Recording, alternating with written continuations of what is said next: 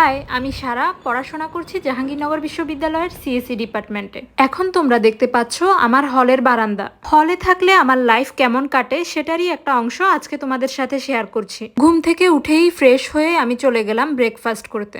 এই মেনু দেখে প্রথমে আমরা সিলেক্ট করি কি কি কিনবো, তারপর টাকা দিলে ওনারা আমাদেরকে কয়েন দেন লাইনে দাঁড়িয়ে কয়েন দিয়ে ব্রেকফাস্ট নেই। আমরা ডাইনিং এ বসেও খাবার খেতে পারি, আবার রুমেও নিয়ে যেতে পারি। আমি হলে থাকলে ডাইনিং এ বসেই খাবার খাই, কারণ ডাইনিং এ বসে খেলে আর প্লেট ধোয়া লাগে না, আর রুমে নিয়ে গেলে তো নিজেকে প্লেট ধুতে হয়, আর আমার রুম থেকে ওয়াশরুম অনেক দূরে। ব্রেকফাস্ট করে হাত ধুয়ে এখন চলে যাচ্ছি কফি খেতে। আর সকালবেলায় চা কফি না খেলে আমি কোনো কাজেই মনোযোগ দিতে পারি না। আমি চা কফি অনেক বেশি খাই, দিনে 3 বেলা খাওয়া হয়, আবার অনেক সময় 4 বেলাও খাই। এই অভ্যাসটা আমার হয়েছে এইচএসসি লাইফ থেকে। আর টেস্টি ট্রিটের কফির স্বাদ আমার কাছে অনেক বেশি ভালো লাগে। অনেকেই তোমরা জানতে চাও হলে থাকলে খাবারে কত টাকা খরচ হয়। এইটা আসলে পার্সন টু পার্সন ভেরি করে।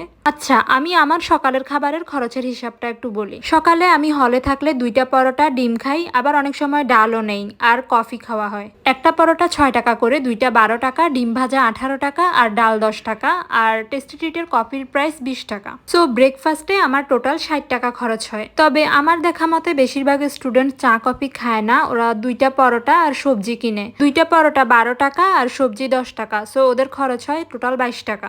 আর খাবারের স্বাদ হলের খাবার হিসেবে খুবই ভালো। এইটা আমাদের স্টোর, এখানে আমাদের প্রয়োজনীয় প্রায় সব জিনিসপত্রই পাওয়া যায়।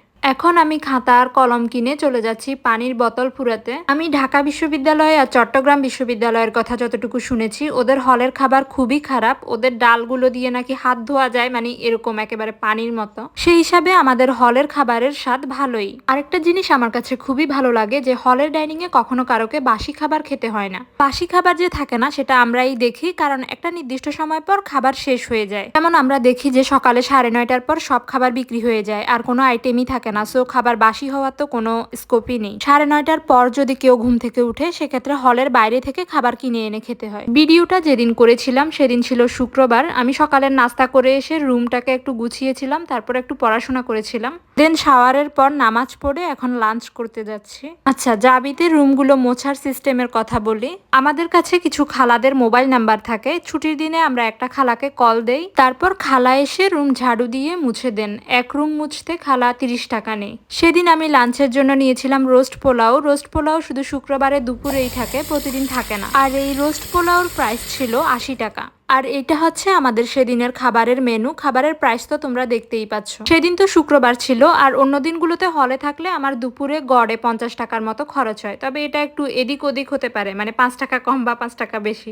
এই বিড়ালগুলো হচ্ছে হলের স্থায়ী বাসিন্দা, ডাইনিং এর মধ্যে সারাক্ষণ দৌড়াদৌড়ি করে। আমার হলের ভিডিও তোমাদের কাছে কেমন লাগে কমেন্ট করে জানাইও। আজকের ভিডিও এই পর্যন্তই। আল্লাহ হাফেজ।